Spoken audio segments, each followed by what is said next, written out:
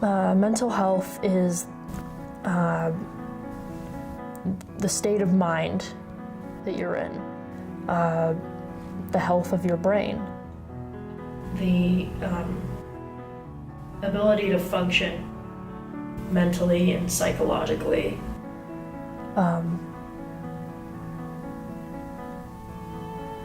It's something that's often misunderstood. It's downplayed, it's dismissed, or sometimes it's ridiculed.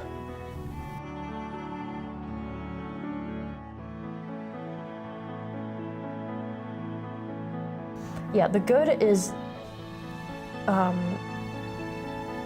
you're able to function with and complete day-to-day tasks, have stable relationships, respond appropriately to life events.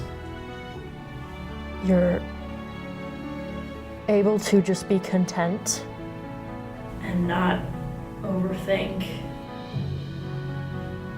and overanalyze, worry about things that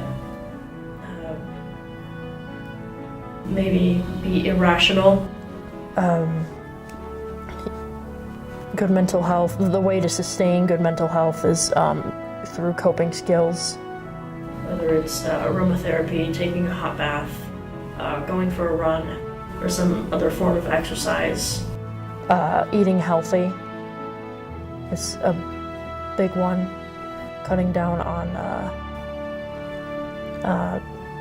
carbonated drinks, coffee, among other things.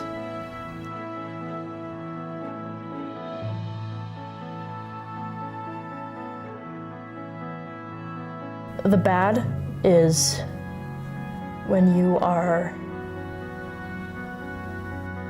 just shutting down mentally. You're not able to complete day-to-day tasks. You're not able to sustain relationships. Sometimes you have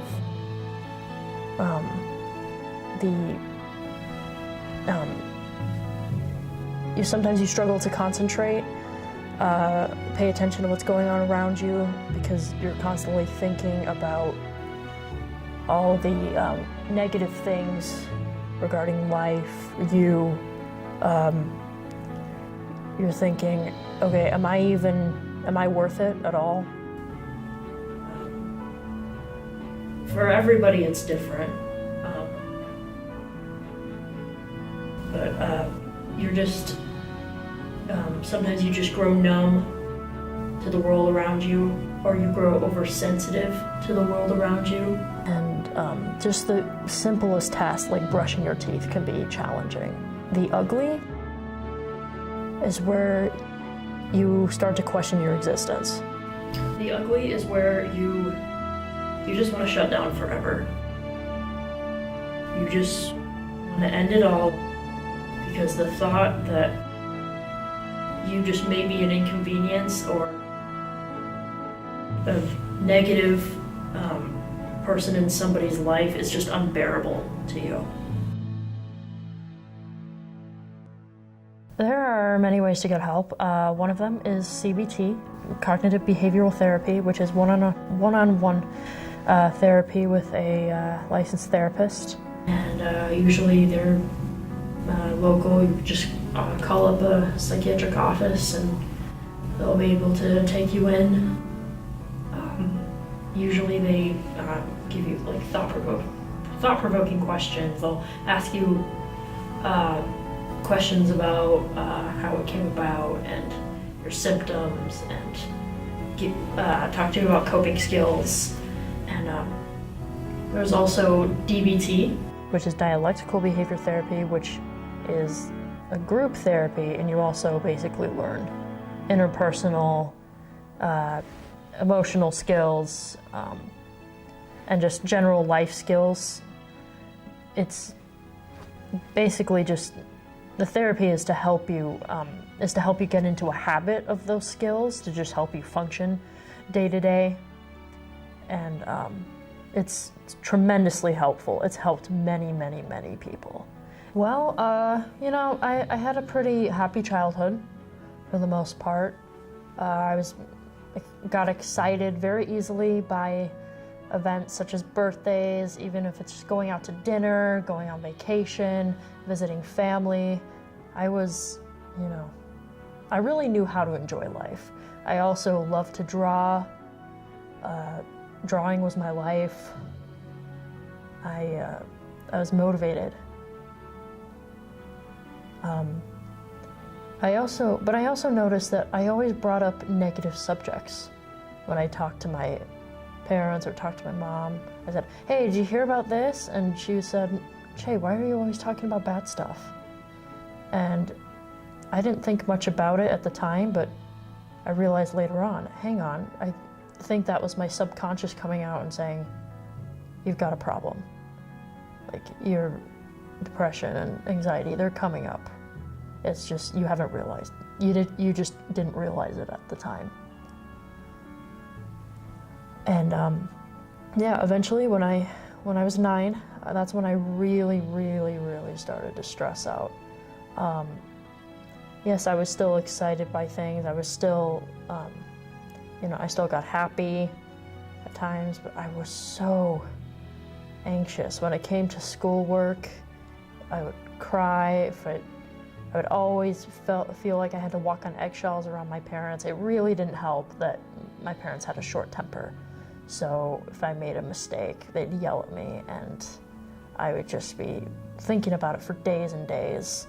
And if I did something wrong, I couldn't forget about it. I just continue to worry and feel embarrassed and humiliated. And kids at school made me nervous. I would very easily stress out on schoolwork. Math, very much an anxiety-inducing activity. I'd spend 5 hours on homework versus another student who maybe spent 2 hours. And that went hand in hand with my ADHD as well. When I was 10, it went even further downhill.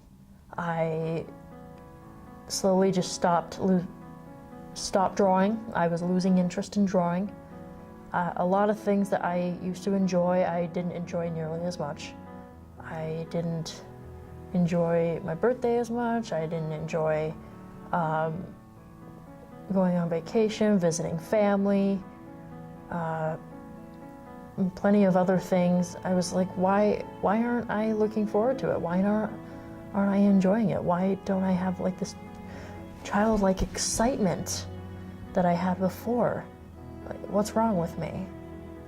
And I grew more irritated with people, and I think that's where I started to develop physically at that time. So I guess hormones kind of came into play with that as well. I'm sure that's what it was. And it was a very life-altering and stressful time in my life. I was so confused, and it was anxiety plus the depression making its onset.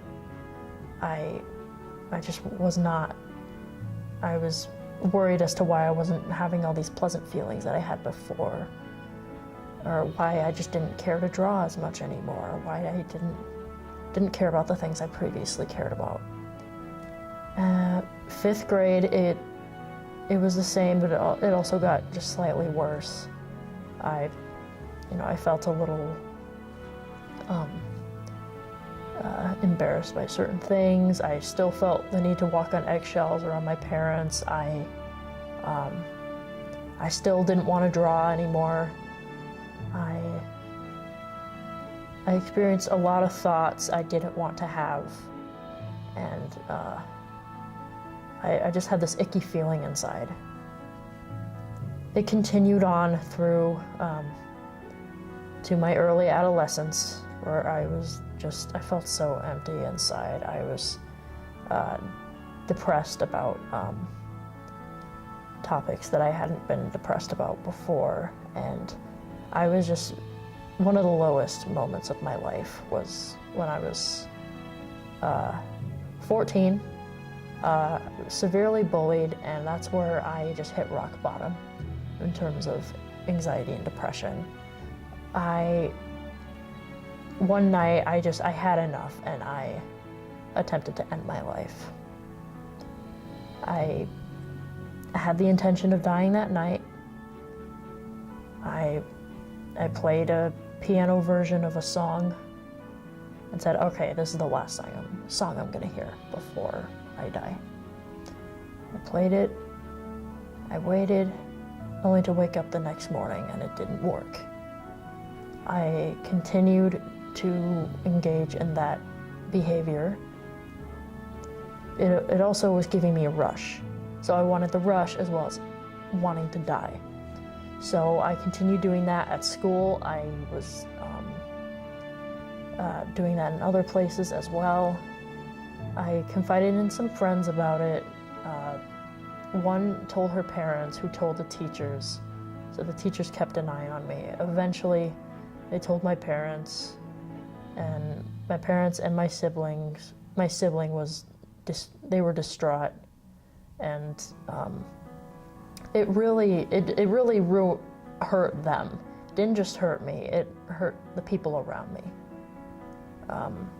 Basically, my life and their lives were not the same after I did that. And I mean, I was on medication. I was put on Zoloft. That didn't work as much as I wanted it to. But I just kept hanging on. And, you know, I got a little happy again when I moved back to the States. For the first few years of my adolescence, I lived in Australia, which was a very, it was interesting, but also a very different and sort of a stress-inducing environment. So I was happy to move back to Minneapolis because it was a more comfortable place for me. And, you know, I was very happy. I was in American high school. People liked me. You know, I thought, oh, okay, I'm gonna be super happy again. Only for the next year to get more and more insecure and anxious and feel competition. And eventually it weared on me again. Junior year, I was at rock bottom once again. There's plenty of reasons why I should have been happy to live. I was on book covers, my mom used me as a model. I was, you know, I was at the best weight I've ever been at. You know, I was, you know, I'm gonna sound conceited when I say this, but I was a pretty girl, and I should have been happy. I should have been, you know, I had a very nice house, very nice family, which my friends did their best to remind me of. And I could tell that it had an effect on my friends. They didn't really want to be around me because I had such a depressing vibe. My depression was starting to weigh down on them. And then I realized, what's the point? I said, hey, Mom, I want to end it again. And so I was hospitalized again. Well, not again. I was hospitalized for the first time, stayed there for 4 days, got back out, and went to Prairie Care. Prairie Care is a mental health outpatient and inpatient program. I did the outpatient program, and it was one of the best things that I have ever done. I've made some great connections. It helped me with all kinds of coping skills. I will never forget it. Of course, I ended up being hospitalized again when I had another meltdown after an argument with my mother and engaged in some suicidal behavior. so I was put in the hospital again. And eventually, the following year, I ended up taking DBT. And that was one of the best, very best decisions I think I've ever made. It gave me the skills that I didn't think I needed. I was like, oh, this is stupid. I was very skeptical. Like, well, no doubt, why do I need to pay for therapy to do this? And it's, not just the skills themselves, but being held accountable. A lot of it has to do with you. It starts with you. And it really helped me. I gave a shot at the skills, and it really helped.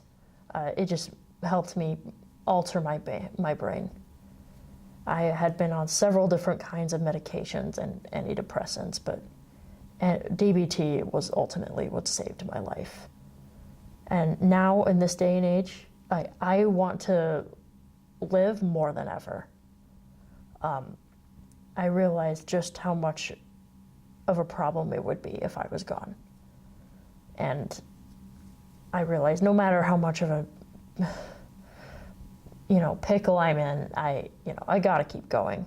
Like, this feeling I have, it's temporary. I gotta keep going. Got to keep going. Because I knew my family, they don't deserve that.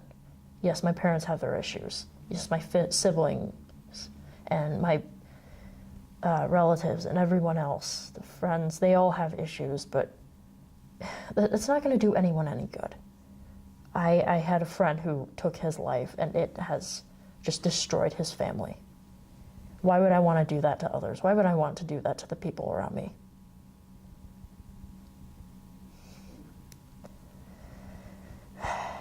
There's help. There's hope. Keep holding on. Please.